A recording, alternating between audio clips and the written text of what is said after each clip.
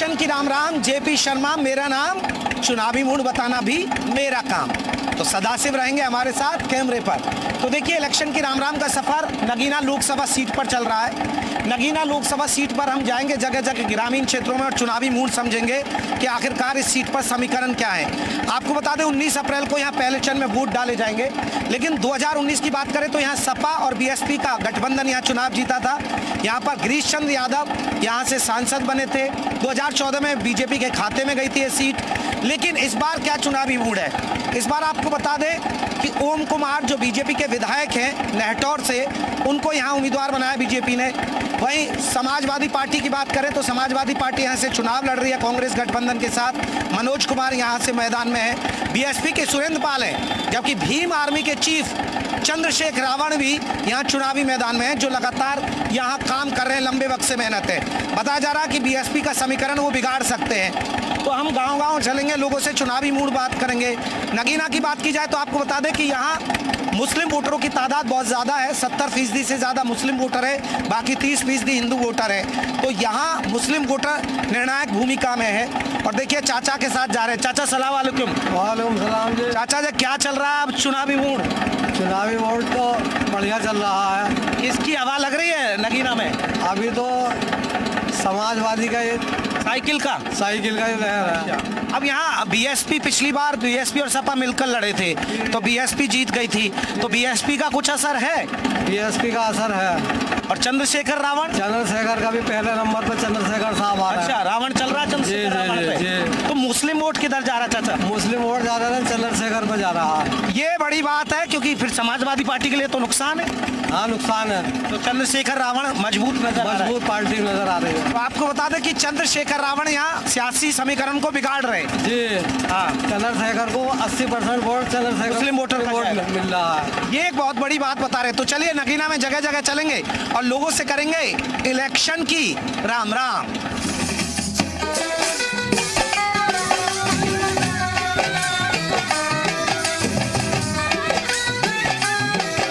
तो इलेक्शन की राम राम का सफर आपको बता दें नगीना लोकसभा सीट पर है और हम सिडियावली गांव पहुंचे हैं, जो नूरपुर ताजपुर के आसपास ये गांव लगता है। और गांव में हमने देखिए लोगों से चौपाल लगाई है, यहां जानेंगे। हालांकि ये सीट मुस्लिम डिसाइडेड फैक्टर करती है।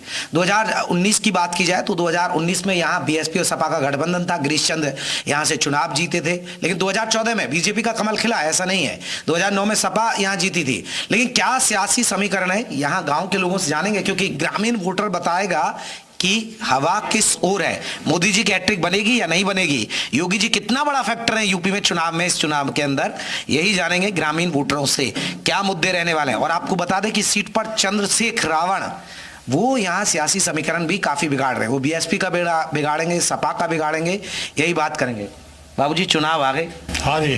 तो चर्चाएं हो रही है गाँव में? नहीं, हाँ बस सुनते रहे हैं थोड़ी थोड़ी। होने लगी है चुनाव। हाँ तो 19 अप्रैल को आप पहले ही चरण में यहाँ वोट डालेंगे। हाँ जी, पहले में होना है। तो क्या लग रहा है इस बार का माहौल? भाई हमारा गांव तो ऐसा है जी, वो पहले से ही बीजेपी का समर्थक है। अच्छा, चाहे बीजेपी के समर्थक वाले गांव में आ गया। हाँ, असलियत में यह है हाँ। कि यहाँ उम्मीदवार कोई भी हो, नाम बीजेपी का हो। नाम बीजेपी का। हाँ, बस इतना तो मैं क्यों जानूँ। अच्छा, लेकिन नगीना पिछली बार गिरीश चंद्र जीत गए थे बीएसपी और सपा गठबंधन। लोगों से हाँ। होगी कुछ गलती जो कि वो नहीं बन पाई। गठबंधन था। हाँ। भरा यही जो भावों थे। हाँ। अरे बैठिए जिसमें रफ्तार नहीं, हिटर नहीं, ये पत्थर है जिसको मोदी से प्यार नहीं। वाह गजब भैया, ये है हमारे चाचा जी। चाचा जी और भी कुछ आती है कोई कविता शायरी ऐसी?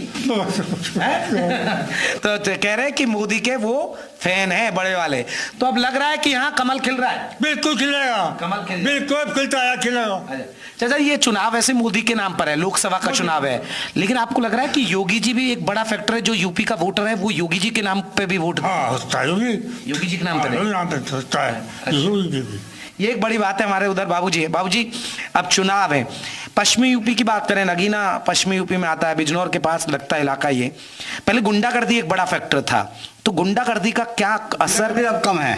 कम है। अभी इलाके में कम है अब। तो वो चुनाव पे असर डालेगी, चुनाव में असर डालेगी। लोग जाएगा कि देखिए इनके राज में गुंडागर्दी आप फुल खिलेगा, अब तो फूल खिलेगा, फुल खिलना है। मतलब लग रहा है मोदी जी के बिल्कुल 100% लग रहा है फुल खिलेगा। अब राम मंदिर का कितना असर है, राम मंदिर बना दिए इन लोगों राम मंदिर का भी असर काफी है। ने। अच्छा, हाँ जी बन रही है भैया मोदी जी की? जी जी। अच्छा, हाँ बन रही। लेकिन नगीना मुस्लिम बहुल सीट है, अगर कहते हैं कि मुस्लिम जिधर चला गया उधर खेल बिगड़ जाता है, बटने पे ही होगा। ऐसा कुछ नहीं है, मुस्लिम भी काफी जो हैं हाँ। जो है मतलब सरकार के पक्ष में है। हाँ। ऐसा कुछ नहीं है कि मतलब जाता है बीजेपी के साथ। जी जाता है। लॉटरी है बीजेपी जी हाँ, है 100%। जी।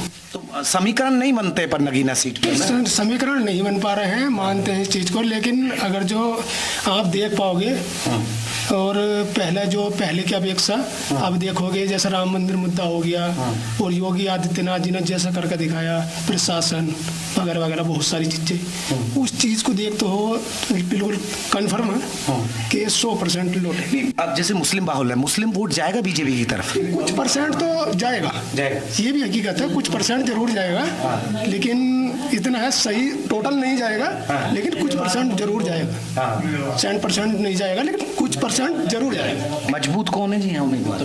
मजबूत हमारे गाँव में तो बीजेपी है। अच्छा, गाँव में बीजेपी है ना? और कहा भाई हमें नगीना का क्या लग रहा है? अब हमारे गांव में जब बीजेपी तो नगीना में बीजेपी रहेगी। अच्छा, वो तो पक्के हैं, तो अगर 500 वोट पड़ेंगे तो 450 तो बीजेपी के जाएंगे। नहीं तो आप जैसे बीजेपी की बात कर रहे हैं, तमाम लोग बीजेपी की बात कर रहे हैं, नहीं तो बीजेपी को वोट क्यों? मतलब बीजेपी क्या मोदी की गारंटी पे आप लोग भरोसा कर रहे हैं कि हाँ मोदी जी गारंटी पे मोदी जी की गारंटी तो है, अपनी भी तो गारंटी है। जब हम देंगे वोट जब तो मोदी जी हमारे लिए कुछ करेंगे, जब वोट ना देंगे कहाँ से करेंगे? चलिए और भी युवाओं से पूछ लेता हूँ, आ रही है जी बीजेपी? बिल्कुल आ रही है। क्यों यूथ नाराज है? मैं देख रहा हूँ जगह जगह की एक बेरोजगारी एक बड़ा इशू है। किसने कहा? सर मैं जॉब कर रहा हूँ, आज मैं अपने घर पे यहाँ पे रह के जॉब कर रहा हूँ। जॉब करने वाला अगर चाहता है तो जॉब हर जगह पे है। अच्छा। करने वाला चाहिए हर एक को। अगर गवर्नमेंट की जॉब चाहिए तो गवर्नमेंट की जॉब तो नहीं हो पाएगी ना, आप उसके लिए एलिजिबल तो होंगे तभी तो आप जॉब कर पाएंगे। नगीना लोकसभा सीट में समीकरण कैसे बन रहे हैं, मतलब कि मुकाबला किस किस के बीच? आपको लग रहा है कि एक तरफा बीजेपी का हो जाएगा? बिल्कुल 100% आएगा इस बार। और आप ये कह रहे हैं ना कि मुसलमान नहीं देगा वोट, इस बार 100% मुसलमान भी देगा।